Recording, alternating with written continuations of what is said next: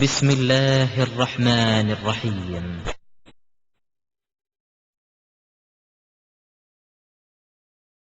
அன்பார்ந்த சகோதர சகோதரிகளே, கல்வியாண்டு தொடங்கக்கூடிய ஒரு காலகட்டத்திலே நாம் எல்லாம் இருந்து கொண்டிருக்கிறோம். இந்த காலகட்டத்தை பொறுத்தவரை ஏழை எளிய மக்களுக்கும் நடுத்தரவாதிகளுக்கும் மிகப்பெரிய ஒரு சோதனையான காலகட்டம் என்று சொல்லலாம்.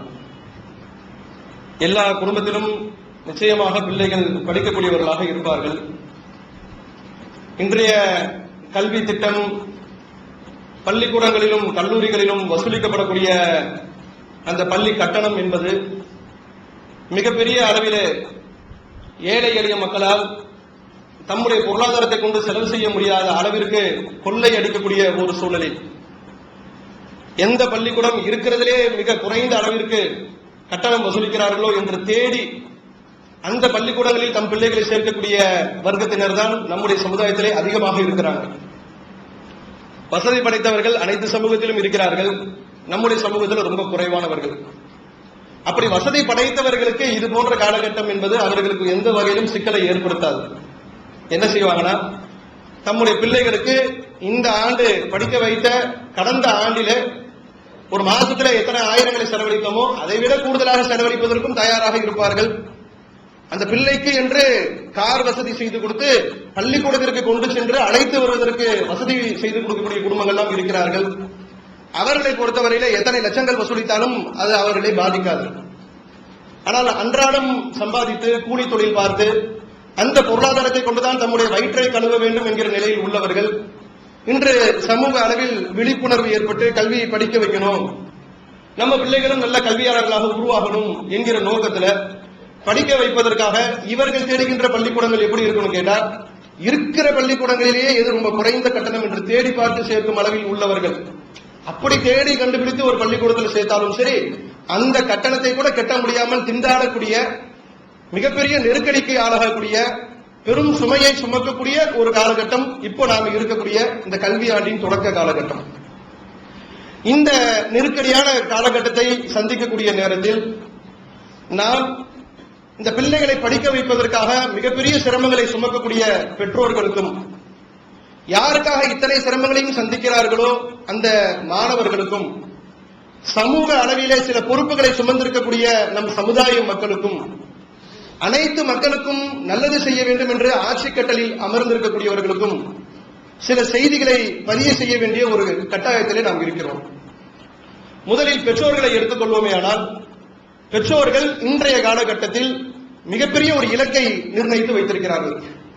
நாம கஷ்டப்பட்டுட்டோம், நம்மால படிக்க முடியல, நம்முடைய பெற்றோர்கள் நமக்கு சரியான கல்வியை கொடுக்கல, இருந்த போதும் நம்முடைய பிள்ளைகளை நல்ல நிலைமைக்கு ஆளாக்க வேண்டும். அதனால் அவர்கள் படித்து நல்ல ஒரு பட்டதாரியாக உருவாகி நல்ல நிலைமைக்கு வருவதற்கு நம்மால எவ்வளவு சிரமங்களை சுமக்க முடியுமோ அத்தனை சிரமங்களையும் சுமந்து கொள்வோம். அவங்களுக்கு அது ஒரு பெரிய இலக்கு. ஆளாக்கிடணும், பிள்ளைகளை படிச்சு ஒரு நல்ல நிலைமைக்கு கொண்டு வரணும். இதற்காக அவர்கள் படுகின்ற பாடு கொஞ்சம் நிஜம் கிடையாது. கையேந்தாதவர்கள் இடத்துல போய் நிற்பாங்க. இந்த நேரத்தில் பிள்ளைகளுடைய பள்ளி கட்டணத்தை சந்திப்பதற்காக கையேந்துவார்கள். யாராவது கடன் கொடுக்க மாட்டாங்களா? இருக்கக்கூடிய வீட்டில் உள்ள ஏதாவது கொஞ்சம் கொஞ்சம் நகை இருந்தாலும் அதை விற்று அந்த பொருளாதாரத்தை கொண்டு பிள்ளைகளை படிக்க வச்சிட முடியாதா? இருக்கிற பொருளை அடமானம் வைக்க முடியாதா என்று தேடி துராயக்கூடிய அளவிற்கு தம்முடைய நிலைமைகளை ஆளாக்கிக் கொள்வார்கள். என்ன காரணம் என்று சொன்னால், எப்படியாவது பிள்ளைகளை படிக்க வச்சிடணும். இன்னைக்கு சமுதாயத்தில் அந்த அளவிற்கு விழிப்புணர்வு ஏற்பட்டு இருக்கு. படிக்க வைங்க, நல்ல பிள்ளைகளை படிக்க வச்சு பெரிய ஆளாக்குங்க, கல்விதான ஒரு பிள்ளையை சிறந்த நிலைக்கு இந்த சமூகத்திலே உருவாக்கும் என்கிற அளவிற்கு நம்முடைய ஜமாத்தின் மூலமாக செய்யப்படுகின்ற மிகப்பெரிய அளவிலே கல்வி தொண்டு சேவையின் காரணமாக விழிப்புணர்வு எல்லாம் மக்கள் மத்தியில் ஏற்பட்டிருக்கு. அந்த விழிப்புணர்வின் காரணமாக பிள்ளைகளை நல்ல நிலைமைக்கு உருவாக்குவதற்காக பெற்றோர்கள் முயன்று வருகிறார்கள். நம்முடைய மார்க்கத்தை எடுத்துக்கொண்டாலும் இந்த கல்விக்கு அதிகம் முக்கியத்துவம் தரக்கூடிய ஒரு மார்க்கம். மார்க்க அடிப்படையில் சொல்வதாக இருந்தாலும் அல்லாஹ் திருமறை குர்ஆன்ல சொல்லக்கூடிய நேரத்தில் அல்லதீன யஅலமூன வல்லதீன லா யஅலமூன், கற்றவர்களும் கல்லாதவர்களும் சமம் கிடையாதுன்னு அல்லாஹ் சொல்றான். சமம் ஆவார்களா என்று அல்லாஹ் கேள்வி கேட்கிறான். ஒருவர் படித்திருக்கிறார், ஒருவர் படிக்கவில்லை, இருவரும் சமம் இல்லை என்று படைத்தவனின் பார்வையில இருக்கக்கூடிய நேரத்தில் நிச்சயமாக இந்த கல்வி என்பது ஒரு மனிதனுக்கு மிக அத்தியாவசியமான ஒன்று என்பதுல மாற்று கருத்தே கிடையாது. ஆனால் பெற்றோர்கள் என்ன செய்யறாங்கன்னு கேட்டா, பிள்ளைகள் அது ஆண் பிள்ளையாக இருந்தாலும் பெண் பிள்ளையாக இருந்தாலும் இந்த இருவருக்கும் கல்வி கொடுக்க வேண்டும் என்று ஒரு காலகட்டத்தில் முயற்சி பண்றாங்க. ஆண் மகன் ஒரு 10வது படிச்சு முடிச்சுட்டான்னு சொன்னா இந்த படிப்பு இவனுக்கு போதும் என்று தீர்மானிக்கக்கூடிய பெற்றோர்கள் நம்ம சமுதாயத்தில் நிறைய இருக்கிறாங்க. அவங்களுடைய இலக்கு என்னன்னு கேட்டா, தலைமுறை தலைமுறையாக வெளிநாட்டிலே வேலை செய்து வெளிநாட்டு வருமானத்தை கொண்டு அவர்கள் வாழ்க்கை நடத்தக்கூடியவர்கள். முஸ்லிம்கள் நீங்க தஞ்சை மாதிரி ஊர்கள்ல, நம்முடைய மாநிலத்தில் தென் மாவட்டங்களை எடுத்துக்கொண்டால் அதிகமான மக்கள் வெளிநாடு செல்லக்கூடியவர்களாக இருப்பார்கள்.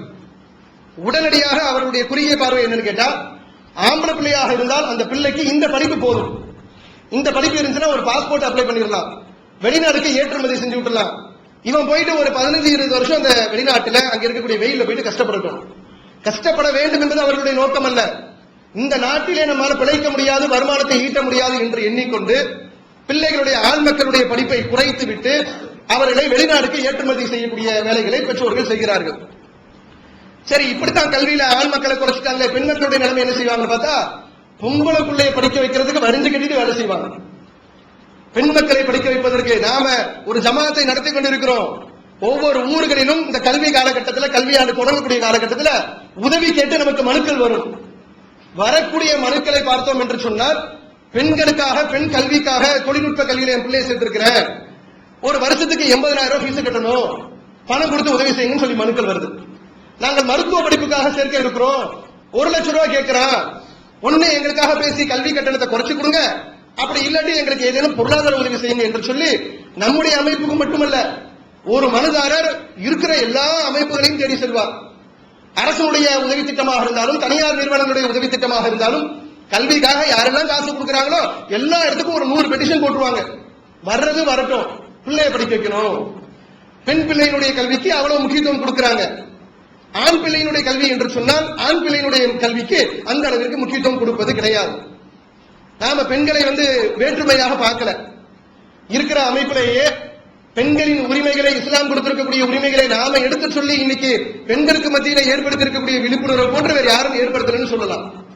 அந்த அளவுக்கு அல்லாஹ்வுடைய அருளால் இந்த மார்க்கம் பெண்களை எந்த அளவிற்கு கண்ணியப்படுத்துகிறது என்பதை எல்லாம் நாம தான் அந்த அளவிற்கு அவங்களுடைய உரிமைகள் விஷயத்துல, அவங்களுடைய விவாகரத்து விஷயமா இருந்தாலும், திருமண விஷயங்களாக இருந்தாலும், இன்னும் பிற எந்த ஒரு களப்பணியாக இருந்தாலும் நீங்களும் எதிரும் குறைந்தவர்கள் கிடையாது. இஸ்லாம் பொறுத்தவரையிலும், அல்லாஹ்வை பொறுத்தவரையிலும் அவன் கூடி தரக்கூடிய விஷயத்துல ஆணையும் பெண்ணையும் சமமான நிலையில தான் வச்சிருக்கிறான். எல்லாவற்றுக்கும் நீங்கள் பாடுபடலாம், உங்களுக்கு என்று ஏராளமான உரிமைகள் இஸ்லாத்தில் கொடுக்கப்பட்டுள்ளது என்றெல்லாம் நாம் அதிகமாக பேசக்கூடியவர்கள் தான். ஆனால் பெண்களின் கல்வியை பொறுத்தவரையிலே பெண்கள் கல்வி பயிலுகிறார்கள், நல்ல மேல் படிப்பு படிக்கிறாங்க. நிறைய படிப்பு படிக்கக்கூடிய பெண்களால் அந்த கல்வி என்பது எதிர்காலத்தில் பொருளாதார ரீதியாக ஒரு குடும்பத்தை சுமப்பதற்கு உதவுமா என்று கேட்டால் நிச்சயமாக உதவாது. அவங்களை நம்ம கீழ்நிலைக்கு தள்ளணும்னு சொல்லல, அவங்க படிக்கவே வைக்கக்கூடாது, படிப்பற்றவர்களாக போகணும்னு சொல்லல. தேவையான அளவுக்கு கல்வி அவர்கள் பயின்றால் கூட போதுமானதுதான். மற்ற சமூக மக்கள் எப்படி நமக்கு தெரியாது, இஸ்லாம் அல்லாத பிற சமூக மக்கள் இருக்கிறாங்க, அவங்களுக்கு நாம சொல்லக்கூடிய இந்த செய்தி பொருந்தாது. முஸ்லிம்களை நீங்கள் எடுத்துக்கொண்டால், இஸ்லாமியர்களை பொறுத்தவரையில பெண்களை அவர்கள் படிக்க வைப்பாங்க. நல்ல உயர்ந்த படிப்பெல்லாம் படிச்சு முடிச்சிருப்பாங்க. நம்ம எல்லாம் ஆண்கள் அப்படி படிச்சிருக்க மாட்டோம். நம்ம பின்னாடி அவ்வளவு பேரே இருக்காது. சில திருமண பத்திரிகையில ஆண்கள் வெக்கப்பட்டுக்கிட்டு பெண்கள் திருமணம் முடிக்கக்கூடிய மனைவியினுடைய அந்த பட்டத்தை பின்னாடி போடுறதுக்கு வெக்கப்படுவாங்க. இவருக்கு ஒண்ணும் இருக்காது, இனிஷியலை தவிர இவரோட போடுவதற்கு ஒண்ணும் இருக்காது. அந்த மாதிரி பார்த்தா ஒரு 7-8 எடுத்து போட்டு வச்சிருப்பாங்க. அவ்வளவு டிகிரி வாங்கியிருப்பாங்க. அவளை படிச்சு போடக்கூடிய நேரத்தில் கட்டிட கணவருக்கு ஒண்ணும் இல்லாத போது நமக்கு ஏன் என்று சொல்லி வெட்டி விடக்கூடிய, எடிட் பண்ணக்கூடிய பெண்கள் நிறைய இருக்கிறாங்க சமுதாயத்துல. உங்க அளவுல நீங்க எடுத்துட்டா கூட தெரியும். ஆண்களை பொறுத்த வரைக்கும் அந்த காலத்துல 8வது 9வது 10வது தாண்டி இருக்க மாட்டோம். நீங்க திருமணம் முடிச்ச மனைவியை நினைச்சு பாருங்க, எல்லாம் ஒரு பட்டதாரியாக இருப்பாங்க, டிகிரி முடிச்சவங்களா இருப்பாங்க. இயல்பாக நம்ம சமுதாயத்துல என்னன்னு கேட்டா, பெண்களுக்கு கல்வி, ஆண்கள் என்று சொன்னால் ஆண்கள் படிச்சுட்டு ஒரு குறிப்பிட்ட படிப்பு வரை படித்து விட்டு இந்த நாட்டில பிழைக்க முடியாது. அவங்களுக்கு கொடுக்கக்கூடிய அந்த கல்வியை கொண்டு இந்த நாட்டில பிழைக்க முடியாது. வெளிநாடு வருமானத்திற்கு ஏற்றவாறு ஒரு 10 வரைக்கும் படிக்க வச்சுட்டு ஏற்றுமதி செய்யக்கூடிய நிலைமை இருக்கிறது. பெற்றோர்கள் சிந்திக்கணும். நல்ல படிக்க வச்சு உயர்ந்த படிப்பு பெற்று தந்த அந்த பெண்கள் திருமணம் முடித்த பிறகு, திருமண வீட்டில் போன பிறகு அவர்கள் வேலைக்கு செல்வார்களா? நல்ல கல்வி பெற்ற பெண்கள் அவங்க இறங்கினாங்கன்னு சொன்னா ஆண்களை விட பெண்களுக்கு சம்பளம் கூட. ஒரு ஆணும் பெண்ணும் 2 பேரும் ஒரே படிப்பு படிக்கிறாங்க, ஒரு பிடெக் படிச்சிருக்காங்க. ஒரு ஆண் பிடெக் படித்து என்ன மதிப்பெண் பெறுகிறாரோ பெண்ணும் அதே படிப்பு படித்திருக்கக்கூடிய நேரத்தில் எந்த வேலை நிறுவனத்தில் நீங்க அப்ளை பண்ணாலும் பெண்ணுக்கு சம்பளம் கூட இருக்கும், ஆணுக்கு சம்பளம் குறைவா இருக்கும். பெண்கள்லாம் கொஞ்சம் அர்ப்பணிப்பாக வேலை செய்வாங்க. ஆண்கள் என்று சொன்னால் சங்க அமைப்பா, போராட்டம் இறங்குவான். பெண்களுக்கு அதெல்லாம் தெரியாது. பெண்களை அதிகமாக தேர்வு செய்யறாங்க. அப்ப பெண்களை அதிகமாக பயன்படுத்தக்கூடிய காலகட்டத்தில் அதிகம் சம்பாதிக்க முடியும் என்ற சூழலில் கூட பெண்கள் திருமணம் ஆன பிறகு அந்த திருமண வீட்டார் கூட, அந்த கணவன்மார்கள் கூட, கணவனின் குடும்பத்தார்கள் கூட அதை விரும்புவது இல்லை என்கிற சூழல்ல அவர்களுக்கு உயர்கல்வி கொடுப்பதை பெரிய இலக்காக கொண்டு அதற்காக ஊரெல்லாம் கடன் வாங்கி அதற்காக எவ்வளவெல்லாம் நம்மால சிரமப்பட முடியுமோ அவ்வளவு சிரமப்பட்டு பெண்களின் கல்விக்கு அவ்வளவு முக்கியத்துவம் கொடுத்து ஆண்களின் கல்வி தரத்தை குறைக்கக்கூடிய வேலைகளை பெற்றோர்கள் செய்து கொண்டிருக்கிறார்கள். இந்த மாதிரியான பெற்றோர்கள் சிந்திக்கணும், இது சமூகத்துக்கு என்ன நன்மை நமக்கு ஏற்படுத்தும். அவங்க அவ்வளவு படித்து அவ்வளவு பட்டம் பெற்று அந்த பட்டத்தினால் நாளைக்கு பலன் ஏற்படும் என்று இருந்தால் கூட அந்த காரியத்தை செய்யலாம். ஆனால் பலன் இல்லை என்று தெரிந்திருந்தும் கூட ஏதோ நம்ம பிள்ளையை நம்ம நல்லா படிக்க வச்சுட்டோம், நல்ல ஒரு பட்டதாரியாக ஆக்கிவிட்டோம் என்று சொல்லுவதற்காக மட்டுமே ஆண்களினுடைய கல்வியை குறைக்கக்கூடிய ஒரு சூழல் இருக்கு. பெற்றோர்கள் இதில் அதிகம் கவனம் எடுக்கணும். இந்த நேரத்தில் பெற்றோர்களுக்கு இது ஒரு செய்தியாக சொல்லிக் கொள்கிறோம். அதே போன்று பெற்றோர்களுக்கு இன்னொரு தகவலும் சொல்ல வேண்டியது இருக்கு. கல்வியாண்டு தொடக்கம் மிகப்பெரிய சிரமத்தை சந்திக்கிறார்கள், அதுல மாற்று கருத்து கிடையாது. மாற்று கருத்து இல்ல. அந்த மாதிரி கல்வியை பிள்ளைகளுக்கு கொடுக்கணும், ஆம்பளை பிள்ளையே படிக்க வைக்கிறாங்க, கொடுக்க வேண்டும் என்பதற்காக அல்லாஹ்வுடைய மார்க்கம் எதையெல்லாம் தடை செய்திருக்கிறதோ அதுல சர்வ சாதாரணமாக ஈடுபடுவாங்க. அப்படியே போய் வட்டியில போய் விடுவாங்க. கடன் வாங்குறோம் என்கிற பெயரில், பிள்ளைகளை படிக்க வைக்கிறோம் என்கிற பெயரில் வட்டிக்கு சர்வ சாதாரணமாக இது அல்லாஹ் நமக்கு ஹராமாக்கி இருக்கிறான்.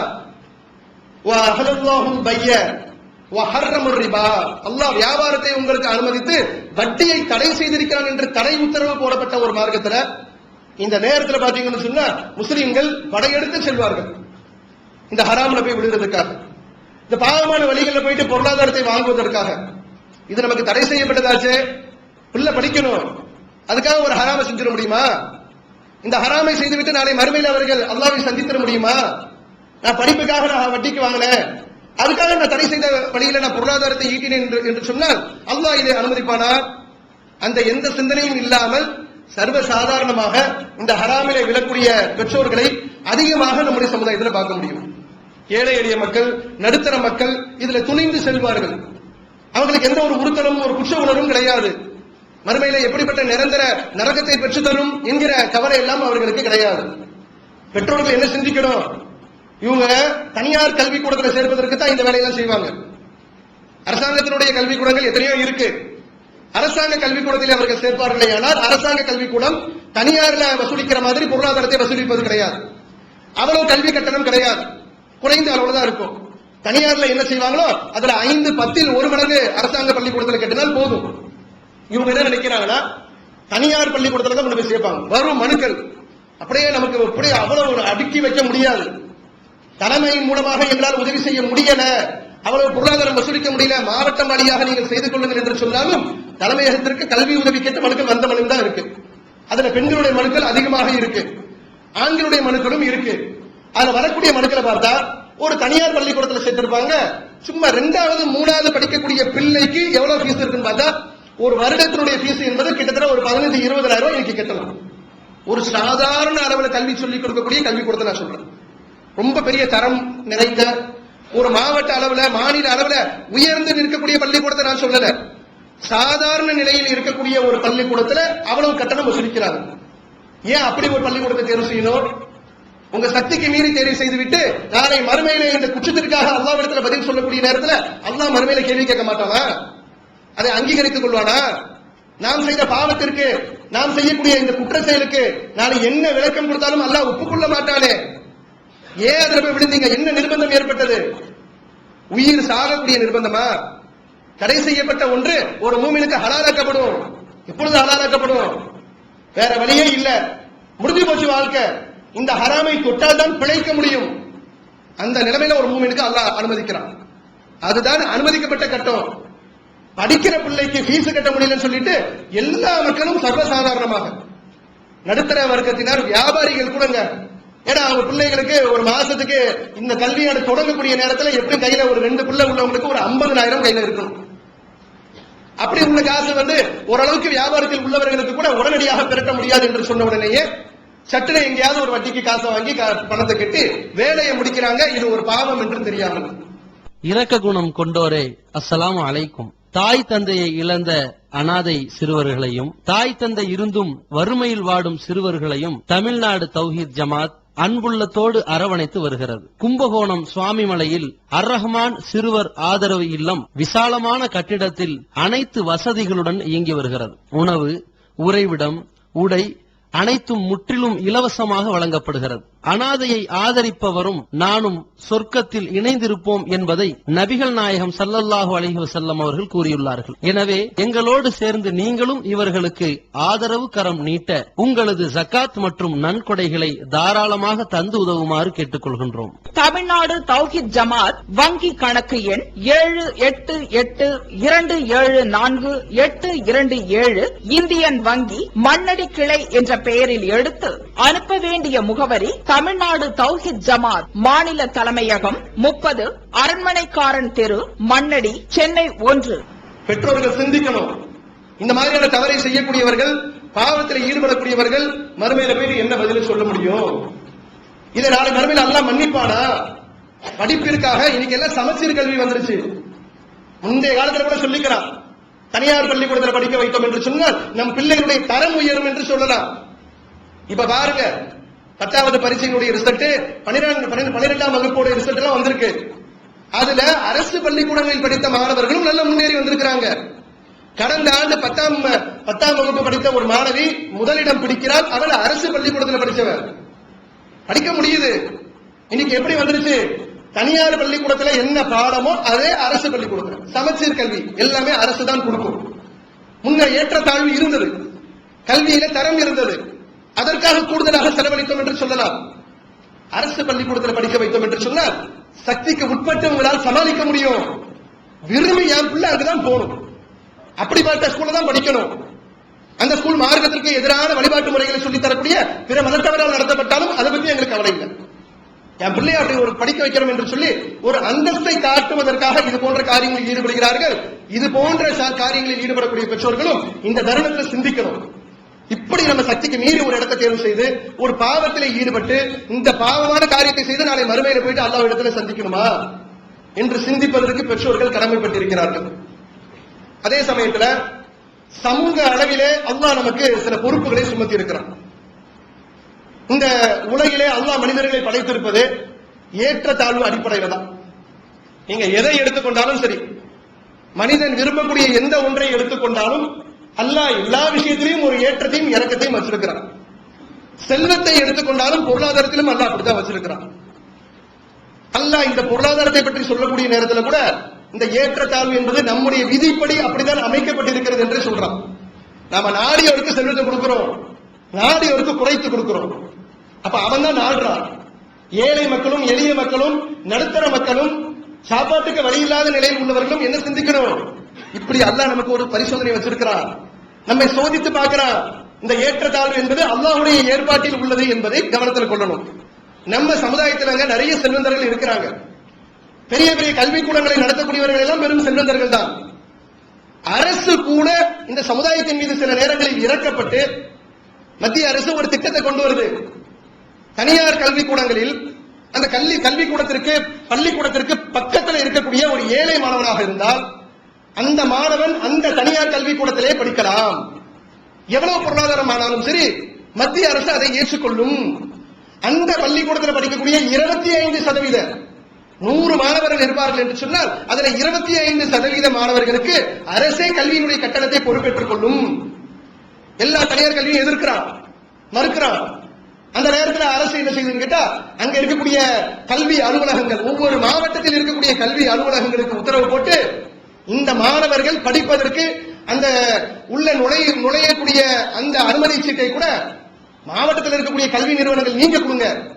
பள்ளிக்கூடங்கள் மறுத்துருவாங்க, ஏமாத்திடுவாங்க, சேர்க்கையில பொய்யான கணக்கு கூட காட்டி விடுவார்கள் என்று சொல்லி அரசு கூட மாணவர்கள் விஷயத்தில் இறக்கம் காட்டக்கூடிய நேரத்தில் முஸ்லீம் சமுதாயத்தில் இருக்கக்கூடிய கல்வி சீமான்கள் பெரிய பெரிய கல்விக்கூடங்கள் நடத்துறாங்க, பெரிய பெரிய கல்லூரிகள் நடத்துறாங்க. நீங்க மற்ற கல்லூரிகளுக்கு கூட போய் பிள்ளை சேர்த்துக்கலாம். மற்ற சமுதாயத்தவர்கள் நடத்துறாங்களே பொதுவான கல்விக்கூடங்கள் இருக்கு, அங்க கூட உங்க பிள்ளைகளை கொண்டு போய் சேர்த்துடலாம். ஒரு முஸ்லீம் மாணவரை சேர்த்து விடலாம். இவங்க கேட்கிற மாதிரியான ஒரு கட்டண வசூலிப்பு வேற எங்கேயுமே பார்க்க முடியல. அந்த அளவிற்கு மனசாட்சி இல்லாம இப்படி கொள்ளையடிக்கிறோமே, வாங்குங்க. நீங்க அவ்வளவு பெரிய நிறுவனத்தை நடத்துறீங்க, அவ்வளவு பெரிய நிறுவனத்தை இலவசமாக நடத்த முடியாது. உதவி பெற்று மக்களுக்கு எல்லாம் இலவச கல்வியெல்லாம் கொடுக்க முடியாது. ஒரு நியாயமற்ற பொருளாதாரம் அந்த மாதிரியான கல்லூரிகள் வசூலிக்கப்படுது. இரக்கம் காட்டுறதே கிடையாது. அப்போ செல்வந்தர்களாக இருந்து கொண்டு கல்வி நிறுவனங்களை நடத்தக்கூடியவர்களுக்கு மத்தியில் இரக்கம் இல்ல. பொதுவான செல்வந்தர்கள் இருக்கிறாங்களே, அவங்க தாம் பிள்ளைகளை நல்ல முறையில் படிக்க வைக்கிறீங்களே, நல்ல செலவு செய்து படிக்க வைக்கிறீங்களே. என் சொந்த மன்றத்தில் இருக்கக்கூடிய ஒரு 2 பிள்ளையை நான் பொறுப்பெடுத்துக்கிறேன். ஒவ்வொரு செல்வந்தரும் முன்னாடி வாங்க. ஒவ்வொரு செல்வந்தரும் முஸ்லிம்களாக இருக்கக்கூடிய செல்வந்தர்கள் என் சொந்தத்தில் இருக்கக்கூடிய 2 ஏழை மாணவருடைய படிப்புக்கு நான் பொறுப்பெடுத்துக்கிறேன். அவன் படிக்கட்டும். அந்த குடும்பத்தால படிக்க வைக்க முடியல, அதற்காக அவர்கள் பெரும் பாடுபடுகிறார்கள், திண்டாடுகிறார்கள், ஊரெல்லாம் போய் கையேந்துறாங்க. அந்த நிலைமை வேண்டாம். நான் கண்ணியமான முறையில் இந்த 2 பிள்ளைகளுடைய படிப்புக்கு பொறுப்பேற்றுக் கொள்கிறேன் என்று சும்மா 2 பேருக்கு பொறுப்பேற்றுக் கொண்டால் கூட மிகப்பெரிய அளவிலே நம்முடைய சமுதாயத்தில் ஏழை எளிய மக்களுடைய கல்வி நிலைமை தலைகீழாக மாறி போயிருந்தது. படிப்பதற்கு ஏற்ற சூழல் அமைந்துவிடும். நல்ல பொருளாதாரத்தை செலவு செய்ய நல்லா சொல்றான். செலவு செஞ்சுட்டு மறுமையில என்ன வந்து சந்தி, நீ என்ன கொடுத்தியோ அதே மாதிரி உனக்கு மறுமையில கொடுக்க மாட்டேன். நீ 1000 ரூபாய் செலவழிச்சுட்டா 1000 ரூபாய் மதிப்புக்கு பரிசு கொடுக்க நினைக்கிறியா? அதெல்லாம் இந்த உலகத்துல தான் நடக்கும். என்ன காசை கொடுக்கறீங்களோ காசுக்கு தகுந்த பொருளை இந்த உலகத்துல மட்டும்தான் பெறுவீங்க. மனிதனுக்கும் மத்தியில நடக்கக்கூடிய கொடுக்கல் வாங்கல் மட்டும்தான் சரி சமமா இருக்கும். அல்லாஹ்வுடைய அந்த திருப்பி தருதல் என்பது எப்படி இருக்கும் என்று சொன்னால் ஒரு தானியத்திற்கு சமமானது. திருமறை குர்ஆன்ல சொல்றாங்க, சூரத்துல் பக்ராவுடைய 261ஆம் வசனத்துல சொல்றாங்க, ஒரு தானியம் தான் என்னுடைய மறுபடியும் உங்களுக்கு நான் திருப்பி தரக்கூடிய இருக்கக்கூடிய அந்த பரிசுக்கு சமம். ஒரு தானியத்தை நீங்க சும்மா அப்படி போடுறீங்க, ஆனா அது அப்படியே ஒரு 7 கதிரை முளைக்க செய்யுது. ஒவ்வொரு கதிர்களிலும் 100 தானியத்தை அறுவடை செய்றீங்க. எனது பாதையிலே நீங்கள் செலவு செய்தால், எனது திருப்தியை நாடி நீங்கள் பொருளாதாரத்தை செலவு செய்தால் உங்களுக்கு இப்படி கொடுப்பேன். 7 கதிர், ஒரு கதிரில் 100 தானியம், ஆக 700. நாம் நாடியவருக்கு அதைவிட கூடுதலாக குறைந்தபட்சம் 200 மடங்கை நீங்கள் அறுவடை செய்யக்கூடிய ஒரு விவசாயம் என்பது அல்லாஹ்வுடைய பாதையிலே உங்களது பொருளாதாரத்தை செலவு செய்தது.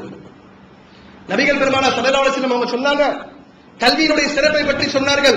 ஒருவர் இந்த பூமியிலே வாழக்கூடிய காலகட்டத்தில் தாம் பெற்ற பயனுள்ள கல்வியை மக்களுக்கு போதித்து விட்டு மரணித்து விட்டால், இறந்த பிறகும் அவர் செய்த அந்த காரியம், அவர் செய்த அந்த மக்களுக்கு ஊட்டிய அந்த கல்வி பின்னால் அவர் அறுவடை செய்யக்கூடிய விதத்தில் அவருக்கு நன்மையாக வந்து கொண்டே இருக்கும்.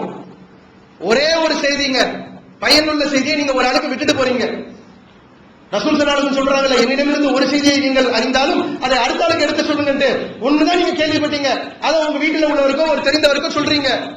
அதை அவர் பின்பற்றுகிறார், அவர் இன்னும் 4 பேருக்கு சொல்றார்.